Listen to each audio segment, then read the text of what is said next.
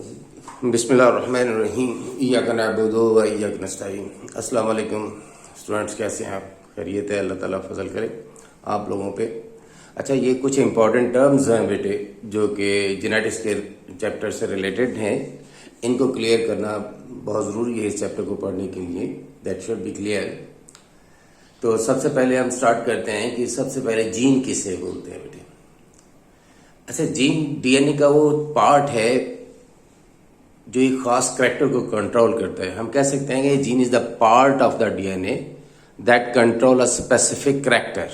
ठीक है, कि जीन डीएनए का वो हिस्सा एक जो मखसूस करेक्टर को कंट्रोल करेगा। डीएनए के उस हिस्से को, उस पार्ट को हम जीन बोलते हैं। ये हमारे बायोलॉजिकल इंफॉर्मेशन का यूनिट होता है, बेसिक यूनिट। जीन जो है या basic unit of biological information. Clear? अब दूसरी एक टर्म आती है बेटे अलील। अक्सर इसमें बच्चे कंफ्यूज होते हैं कि शायद जो जीन है वो अलील नहीं है और अलील कोई डिफरेंट चीज़ है। जब उनसे पूछा जाए तो कह देते हैं जी alternative form of a gene. इसका मतलब है जीन का कोई अल्टरनेट है। ऐसा नहीं है। अलील क्या है? ये अलील एक्चुअली जीन को ही बोलते हैं। ऐसे दो जीन्स जो होमोलोगस क्रोमोसोम्स के ऊपर मौजूद होते हैं और सेम लोकस पर ये प्रेजेंट होंगे और एक ही करैक्टर को ये कंट्रोल कर रहे होते हैं। तो हम ये कह सकते हैं कि अलील उन दो जीन्स का रिलेशन है जो सेम लोकस पर मौजूद होता है। ठीक है, तो gene present on the same locus on the homologous chromosomes are called allele with each other. वो आपस में अलील कहलाते हैं। मसलन ये हमने शो किया है कि एक जीन है कैपिटल ए। एक होमोलोग के ऊपर कैपिटल ए अगर है तो दूसरे पे सेम लोकस पर स्मॉल ए है। तो ये दोनों ही जीन्स हैं जो एक ही करैक्टर को कंट्रोल कर रहे हैं, क्योंकि हर करैक्टर को कम से कम दो जीन्स मिलकर कंट्रोल करते हैं। One gene come from father while the second come from the mother. तो ये दोनों मिलके एक करैक्टर को कंट्रोल करते हैं। ये दोनों जीन्स जो हैं बेटे आपस में अलील कहलाएंगे। अब इससे ये भी कन्फ्यूजन नहीं होनी चाहिए कि जो होमोलोगस के ऊपर है स्मॉल ए वो शायद वही अलील है। अगर उसकी जगह कैपिटल ए आ जाता वो अलील ना होता। तो ये भी बात नहीं है। कैपिटल ए अगर एक फादर से आया क्रोमोसोम, उसके ऊपर कैपिटल ए है। दूसरा मदर से आया है सेम लोकस पर, उसके ऊपर भी कैपिटल ए है। तो कैपिटल ए दोनों जो है वो भी अलील ही कहलाते हैं आपस में।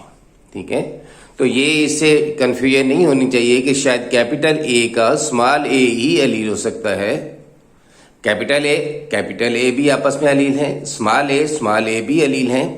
अगर वो एक ही करैक्टर को कंट्रोल कर रहे हैं और सेम लोकस पर हैं, होमोलोगस क्रोमोसोम्स के ऊपर, तो वो आपस में अलील कहलाएंगे। अब आ जाता है कि लोकस किसे बोलते हैं। इन जीन्स की पोजीशन जो है क्रोमोसोम्स के ऊपर बेटे, उन्हें हम लोकस कहते हैं। Position of the gene on the chromosome is known as locus. इसकी जमा है लोकाई। ठीक है, अब फर्स्ट पोजीशन पे है, सेकंड पे है, थर्ड पे है। कहा जाता है there are more than 1000 genes on the same chromosomes. अगर 1000 जीन है तो इसका मतलब है एक क्रोमोसोम्स को 1000 ही लोकाई हैं।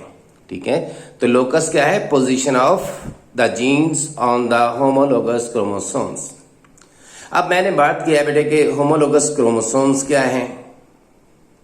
होमोलोगस क्रोमोसोम आपको नजर आ रहा है इधर कि दो क्रोमोसोम जो शक्ल के लिहाज से यानी शेप के लिहाज से, पोजीशन ऑफ द सेंट्रोमेयर के लिहाज से एंड ऑल अदर कैरेक्टरिस्टिक्स एक जैसे होंगे, उन्हें हम होमोलोगस बोलेंगे। ये नीचे टर्म आपको नजर आ रही है होमोजाइगस। होमोलोगस और होमोजाइगस को जो है आपस में कंफ्यूज नहीं करना। होमोलोगस, होमो का मतलब सेम, लोगस का मतलब थ्रेड। तो यानी होमोलोगस जो टर्म है वो क्रोमोसोम के लिए, वो थ्रेड्स के लिए।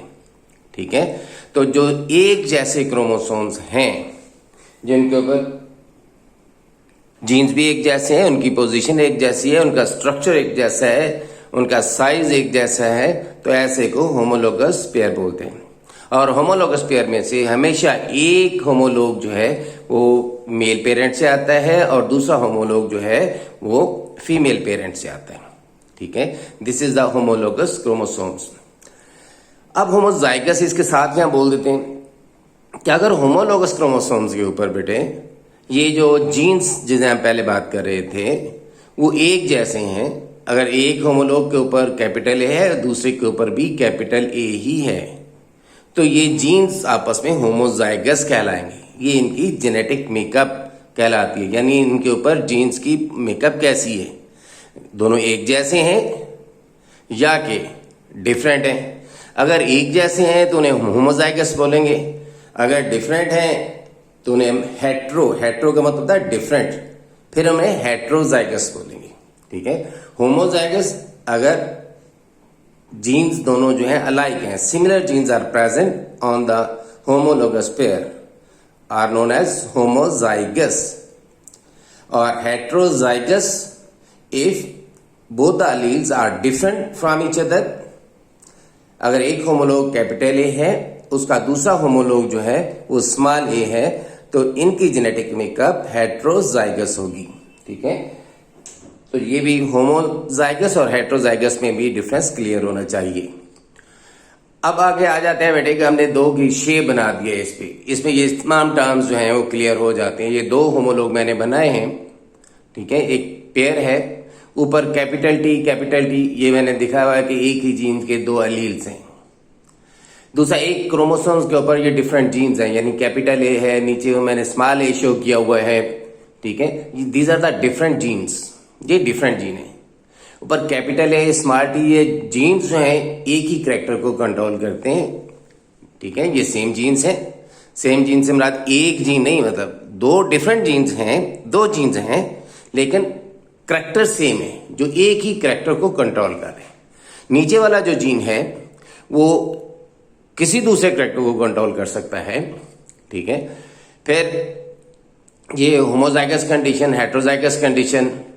होमोजाइगस डोमिनेंट कौन से होंगे, अगर दोनों के ऊपर सेम कैपिटल डी, डोमिनेंट बेटे वो होता है, वो आगे हम जाके उसमें मेंडल्स के लॉ में भी बात करेंगे कि वो करैक्टर जो फर्स्ट पेरेंटल जनरेशन में अपने आप को एक्सप्रेस करता है और दूसरे करैक्टर को दबा दे, सुप्रेस कर दे, वो अपीयर ना हो, तो उसे हम डोमिनेंट बोलते हैं। मसलन दो पेरेंट्स थे, एक राउंड था सीड्स, दूसरा रिंकल्ड सीड था। जब उनको क्रॉस कराया गया तो जो पहले प्लांट आए, जो पहली जनरेशन आई, उसमें जो सीड्स थे वो सारे के सारे राउंड थे, रिंकल्ड कोई भी नहीं है। इसका मतलब जो राउंड शेप है ये डोमिनेंट करैक्टर है, ठीक है।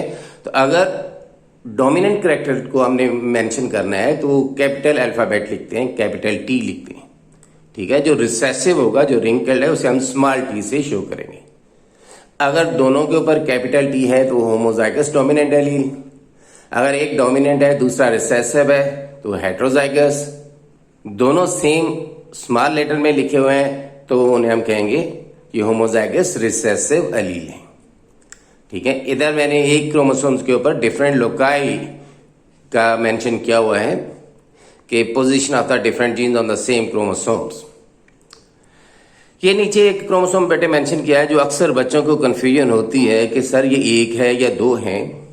तो ये डुप्लीकेटेड फॉर्म में क्रोमोसोम शो किए होते हैं, ठीक है। डुप्लीकेटेड फॉर्म में जब इंटरफेज के दौरान एस फेज में हर क्रोमोसोम जो है डबल हो जाता है, तो ये उस फॉर्म में होता है सिंगली, लेकिन डुप्लीकेटेड फॉर्म में। असल क्रोमोसोम जो ऊपर मेंशन किया है ये पीछे, वो एक ही क्रोमोसोम, एक ही थ्रेड होता है, ठीक है। और जो डुप्लीकेटेड फॉर्म में जो क्रोमोसोम नजर आ रहे हैं उनके जो क्रोमाटिड्स हैं, जो थ्रेड लाइक स्ट्रक्चर जिन्हें हम क्रोमाटिड बोलते हैं, उन्हें हम सिस्टर क्रोमाटिड कहते हैं, ठीक है। तो अक्सर देखा है आपने कि हमारे सेल के ऊपर या क्रोमोसोम्स के ऊपर फीमेल टर्मिनोलॉजी मेंशन की जाती है, तो इन्हें सिस्टर क्रोमाटिड बोलते हैं। मेल जो है टर्मिनोलॉजी यूज नहीं होती।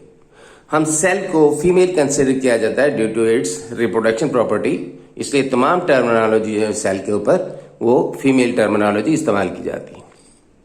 दरमियान में सेंट्रोमेयर है, ठीक है।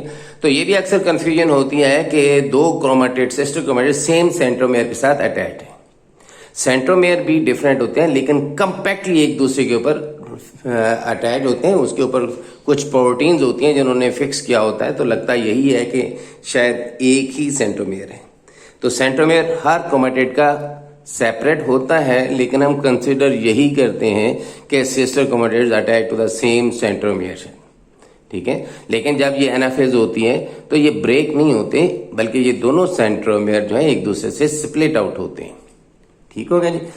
अब आए बेटे फिनोटाइप और जीनोटाइप किसे बोलते हैं, ये आपको नेक्स्ट जो है नजर आ रहा होगा।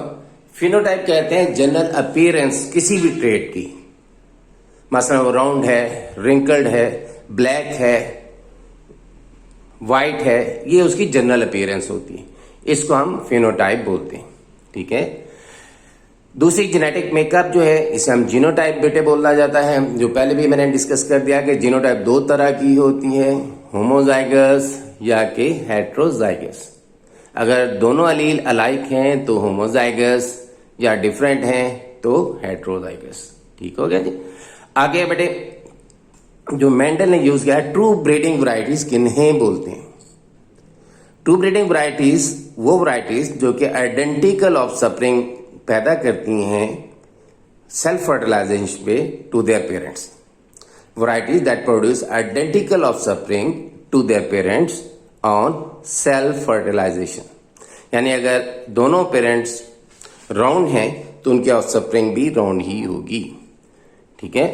तो इसको भी जो F1 आया कैपिटल R, इन्हें फर्दर सेल्फ फर्टिलाइज करवाएं तो देन अगले प्लांट में भी राउंड ही आएगा। बेशक इन्हें 1000 टाइम आपस में सेल्फ फर्टिलाइज करवाते जाएं, आगे राउंड करेक्टर ही आएगा, ठीक है। तो लिहाजा वो varieties that produce identical offspring to their parents on self fertilisation are known as true breeding varieties, ठीक है। अब ये जनरल टर्मिनोलॉजी थी। अब नेक्स्ट लेक्चर में बेटे हम मेंडल्स के लॉ को डिस्कस करेंगे कि मेंडल ने पी प्लांट्स को यूज किया था, क्यों किया था, और मेंडल का लॉ जो है सेग्रीगेशन और लॉ ऑफ असॉर्टमेंट क्या है, ठीक है। ओके बेटे, अल्लाह ताला आप सब पे करम फजल करें। अस्सलाम वालेकुम।